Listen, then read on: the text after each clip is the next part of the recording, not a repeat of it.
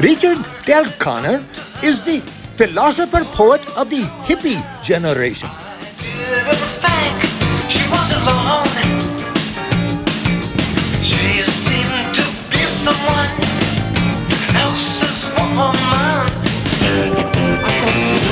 Welcome to Living for Love. I'm going to read it the way I got it right here. This is kind of interesting. Love will conquer hate. A woman will divorce a man when she makes more money than him. Marriage is a lifelong promise. God makes legal church marriages more successful. Women are more faithful than men, for richer and poorer. I had a Cherokee priest for my wedding to Raquel, but it was a Christian-style wedding with a Bible. All right, and hello, welcome to the Richard Del Connor Philosopher Poet podcast, episode number 22, as I double-checked. We're going to 35 in this series, so 22, I got 13 more to go, 13 more to get to the end of this particular group, and then I can edit them and release them and go on to other podcasts. You won't get any more for a while. But I'll kind of schedule their release, so I don't know, we'll see what happens, but as you can see, I'm kind of having fun making them, but I'm trying to hurry myself along because I got so many to do here. But anyway, this today's song is one that means a lot to me. It's called "No, It Wasn't a Dream," and I think it's a significant little story here. I think to really fully appreciate the song, you should grasp the situation, the environment, the experience of what happened. And that's what this song is. It really encapsulates the experience and the environment. Because I didn't realize it at the time, but it was going to be the very last time I ever saw my wife, let alone had sex with her. We had sex all day. And then I thought I'd see her, maybe in another week or so, and I never saw her again. So this song was written not knowing that, and it's written expecting this love to even continue. It's very romantic. But okay, so the lyrics kind of tell the story kind of well, I think. And the lyrics really provide a good explanation. And I could talk about marriage, and I could talk about divorce and such like that. But the music video tells the story without pictures. You just the words. It's good poetry by the philosopher poet. Yours truly. We ever have ink on my hands. This is washed off slightly. Anyway, I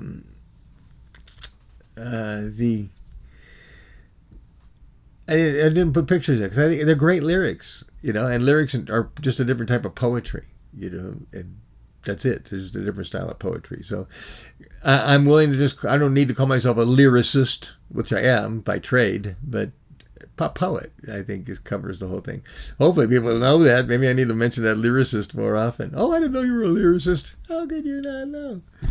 Anyway, I wrote the whole song. Okay, so let's see. Her picture. In the video, there's actually one quick glance at her and a picture I didn't even touch it up. It's got all the blemishes and everything in it. I just it was not a last minute decision. I felt good with it after I did it. It made me kind of feel satisfied that I'd given her a little respect and put a picture in there. But at the same time, I was kind of giving her respect by not putting a bunch of pictures in there. And I got some beautiful pictures of her. A beautiful girl, Raquel. Anyway, before I get all tangled up in my romantic feelings here. Story number 2. Well, by the way, when I met her, I was living in a mansion in Hollywood, a real mansion, It was a 3-story mansion. It had an orchestra thing. It was like, I don't know, 100 feet long down the length of the house. Then the side of the house, they had built this orchestra. Thing was big dome seat. It was really nice. So it had several rooms indoors in this like crow's nest little place up there, which was really an interesting little getaway. Maybe some writer had that built so you could go up there and just write or do something. And then I had an office over this big 3-car garage, so that whole area above that was an office. Then I had the bedroom. It was down in the corner with my own bath. It was like, so from the bath to the office was a short little hop of like 20 feet. And then, yeah, it was a wonderful little, great time, great memories. I got these wonderful memories. So where were we? Where was I? Well, I'm trying to tell you where I was. Now you kind of come back to here. So what else do I need to say? Go on to topic number 2, a $75 divorce. Okay. I'll make this a short story. I'd like to elaborate more in the future, or could. Nobody cares. And I really don't want to talk bad about anybody, but let's see what I know. I'll read my notes. These notes I thought would be appropriate. So it says, I got a $75 divorce on the last day of my union carpentry job, which was part of the agreement I made with my marriage counselor and her. She didn't like me working in the movie business because the hours were so erratic, that she didn't like that. It bugged the crap out of her. And I don't know why I even agreed to it. It was a dumb agreement, but I agreed to take on a union carpentry job because it would have a regular schedule, and that way she would feel more content or something. And I ended up getting a job that lasted almost an entire year. What a nightmare, instead of just like a few weeks. The most, there were a carpentry job would be a few months. That was a long one. But this one was like almost a year, and I could go into that story. But so I spent most of my marriage in prison, which is a sad truth, but I was there as a carpenter every day building a prison. The big cool story, though, I ended up building like boats. I was in charge of building all of these circular turrets because I was the only one who knew geometry. Most carpenters are pretty dumb, sorry. Most people are dumb, but most carpenters are dumb. But there are some smart ones. Actually, I might say, especially the union brand, 20-25% of them are actually really smart and capable because of the training and the experience and what's required of us and expected of us, So there are some who are really good professionals, and then there's the mediocre ones. Then there's, so, and then a couple drunks, which I always got along with. They are kind of dangerous. They get kind of, towards the end, they were imposing tests or urine tests on certain jobs to try to weed out the alcoholics or something. And I was one of the people who protested against that. I thought that was wrong. You take a drug test to get a job, as a carpenter. I thought they were being too Republican. And all of them were making fun of me. I think even the younger people would say, no, it's because you're a hippie and you smoke pot. Well, it's true. So it might have been, if I would have done a blood test and they tested pot, that would, especially back in the 80s, that could have perhaps got me in trouble. So I definitely didn't want to do blood tests. Okay, so where were we?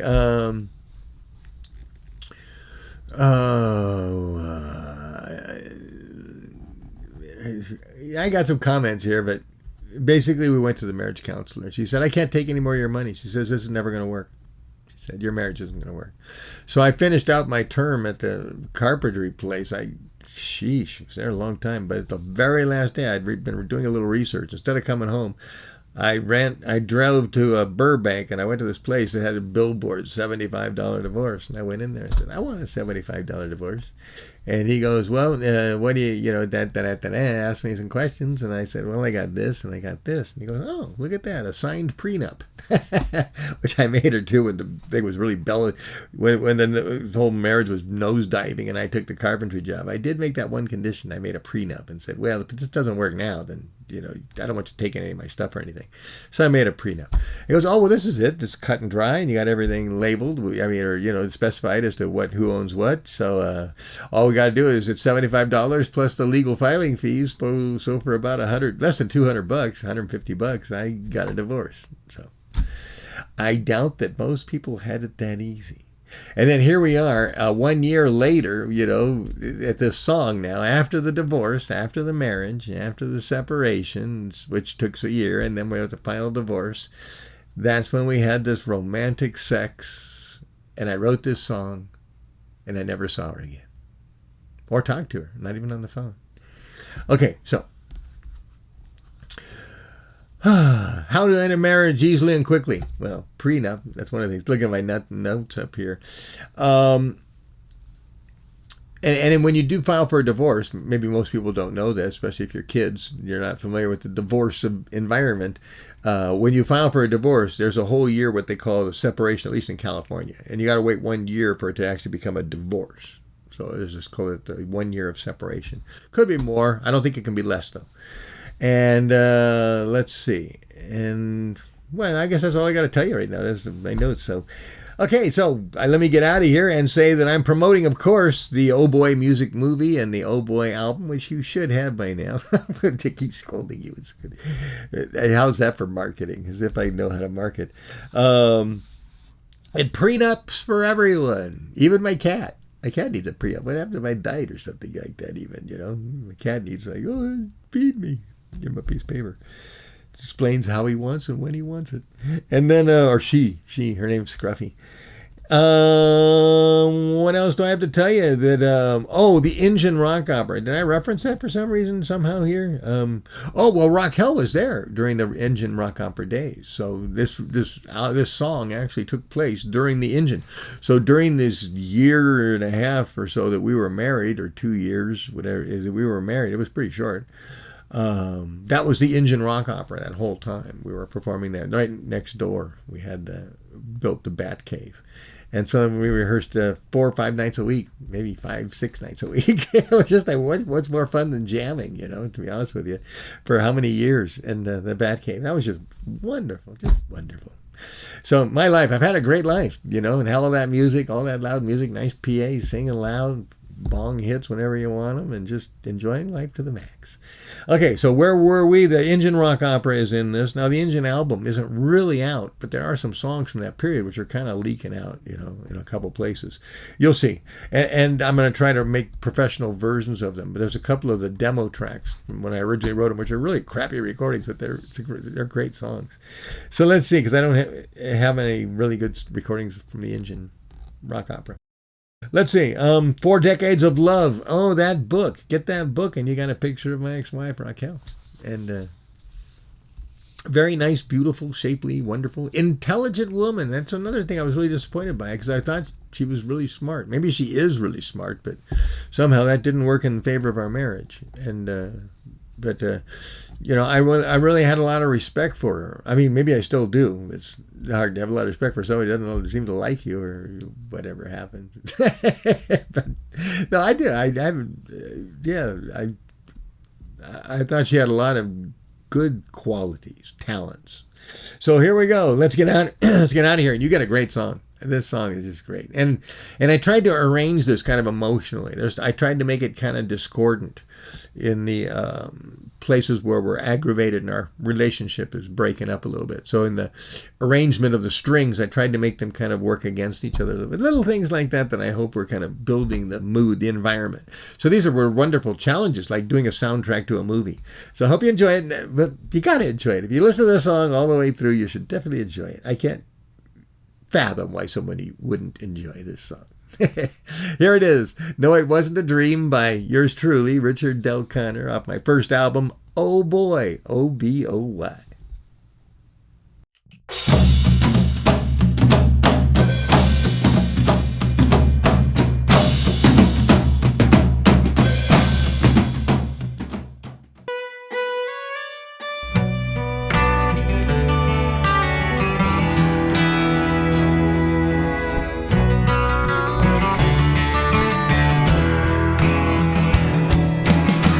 Bright sunny day in UCLA.